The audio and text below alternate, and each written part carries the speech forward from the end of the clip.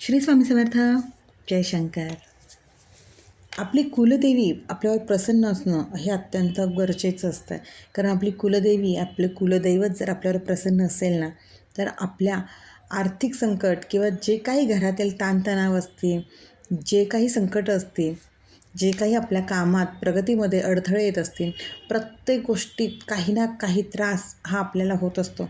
जेव्हा आपल्याकडनं आपल्या कुलदेवीची कुठलीच सेवा होत नाही, त्यावेळेला आपल्याला ह्या सगळ्या अडचणींना सामोरं जायला लागतं. मग त्यामध्ये कधी आपली मुलं व्यसनी होतात, ऐकत नाहीत किंवा शिक्षणाकडे दुर्लक्ष होतं किंवा कधी संतान प्राप्तीमध्ये अडथळे येतात.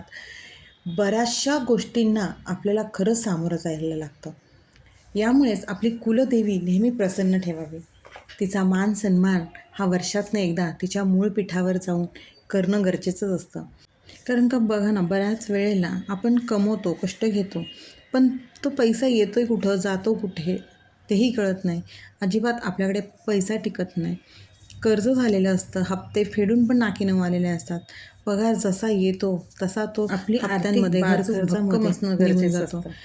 कारण कधी असं होतं ना, बिझनेस असेल, दुकान असेल, तर जे काही कमवतो ना, प्रगती होत लगेच खर्च होतं. कुठे खर्च होतो तेही दुकान चालत नाही, पगार वाढ होत नाही, कर्ज घरात कटकटी, भांडणं, संकट, व्यापारात काही नोकरी समस्या असतात, यश येत नाही. त्यामुळेच ह्या सगळ्या समस्या, पगार वाढ होत नाही, बाहेर निघायला, बाहेर पडण्यासाठी हा 5 दिवसाचा उपाय जो आपल्याला आपल्या कुलदेवीचा आशीर्वाद प्राप्त करून देईल आणि आपल्या घरात लक्ष्मीची बरकत येण्यासाठी नक्कीच मदत होईल.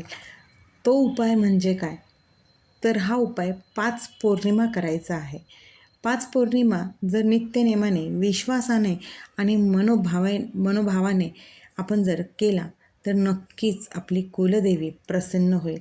माता लक्ष्मीचा आशीर्वाद आपल्याला प्राप्त होईल. आर्थिक संकट दूर होतील आणि अखंड आपल्यावर आपल्या लक्ष्मीची कृपा होईल. हा उपाय खास करून विवाहित महिलांनीच करायचा आहे. जी म्हणजे लग्न झाल्यानंतर आपण जो सवाष्णबाई असतो तिनेच, घरातील सवाष्णबाईनेच हा उपाय करायचा आहे. हा उपाय करण्यासाठी प्रत्येक पौर्णिमेला म्हणजे 5 पौर्णिमा हा उपाय करायचा आहे. ज्या वेळेला आपण हा उपाय चालू करू पहिल्या पौर्णिमेपासून, त्यानंतर कंटिन्यू लगातार 5 पौर्णिमा आपल्याला हा उपाय करायचा आहे. आपल्या कुलदेवीची सेवा करायची आहे. कुलदेवीला पौर्णिमेच्या दिवशी काय सेवा करायची आहे, तर कुलदेवीला हळद, कुंकू, अक्षत होऊन, फूल वाहून तिचं पूजन करायचं आहे.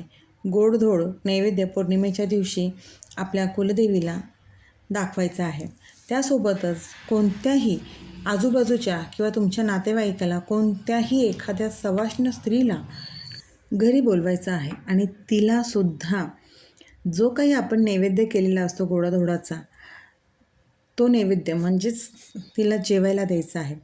पोटभर जेव घालायचा आहे आणि त्यानंतर तिचं जेवण झाल्यानंतर तिची ओटी भरायची आहे. ओटी भरताना अगदी साध्या सोप्या पद्धतीने ओटी भरायची आहे. आपण ओटी जशी भरतोच, म्हणजे खणा नारळांची जशी आपण ओटी भरतो तसंच ब्लाऊज पीस, नारळ नसेल तर खोबरं असतं ना आपलं सुक्कं, ते गहू, तांदूळ याच्याने ओटी भरायची आहे आणि तिचा आशीर्वाद घ्यायचा आहे. हे आपल्याला पूर्ण 5 पौर्णिमा करायचं आहे. संपूर्ण 5 पौर्णिमा जर हा उपाय केला तर नक्कीच आर्थिक संकट आपल्यावरनं हळूहळू नक्कीच दूर होण्यास मदत होईल. सगळं काही लगेच एका फटक्यात दूर होईल आणि आपल्याकडे पैशाचा पाऊस पडेल असं काही होत नाही. गरज असते ना ती फक्त श्रद्धेची, विश्वासाची, आपल्या कष्टाला योग्य मार्ग आणि यश देण्याचं काम आपली कुलदेवी करत असते. फक्त जे काही अडथळे असतात ना, ते हे या सेवेने आपल्याला दूर करायचे असतात. त्यामुळे मनोभावाने, विश्वासाने आणि श्रद्धेने जे कुठले उपाय आहेत ते करायचे. 5 पौर्णिमा हा उपाय नक्की करून बघा. साधा सोपा उपाय आहे, याला काहीही आपल्याला जास्त काही करायला लागत नाही. गरज फक्त श्रद्धा, विश्वास आणि आपले कर्म आणि कष्ट प्रामाणिक ठेवण्याची आहे. हा उपाय केल्यानंतर तुम्हाला नक्कीच जाणवेल की हळूहळू सगळं काही व्यवस्थित होत चाललेलं आहे. सुखसमृद्धी, शांतता, समाधान घरात नांदायला लागलं आहे. व्यापार असेल, बिझनेस असेल, दुकान असेल, त्यामध्येही चांगली प्रगती होताना दिसत असेल, नोकरीत प्रगती होताना दिसत असेल, ह्या सगळ्या गोष्टी आपल्या कुलदेवीच्या सेवा जर आपण करायला लागलो ना, की ह्या गोष्टी हळूहळू आपल्याला ह्या दिसायला लागतात, याची अनुभूती यायला लागते. त्यामुळे पूर्ण विश्वासाने, श्रद्धेने आपल्या कुलदेवीची सेवा करा, तिचा मान सन्मान करा. ती आपल्या संपूर्ण कुळाची आई असते आणि ती आपल्या लेकरांची नक्कीच काळजी घेत असते. आपणही तिची जर काळजी घेतली, तिचा मान सन्मान तिला दिला, तर नक्कीच ती आपल्यावरती सुखाचा वर्षाव करेल, प्रेमाचा वर्षाव करेल. त्यामुळे ज्यांना कोणाला कुलदेवीला प्रसन्न करून घ्यायचं असेल, तर हा 5 पौर्णिमा, 5 दिवसाचा हा उपाय आवर्जून करून बघा. हो, पण त्यासोबत आपले कर्म आणि कष्टही तितकेच प्रामाणिक ठेवा. कारण आपल्या कर्माला, कष्टाला यश देणारे उपाय असतात. कष्टाला आणि कर्माला पर्याय नाही. कष्ट आणि कर्म याला यश देण्याचं काम आपली ही कुलदेवी, आपलं हे दैवत नक्कीच करतात. श्री स्वामी समर्थ.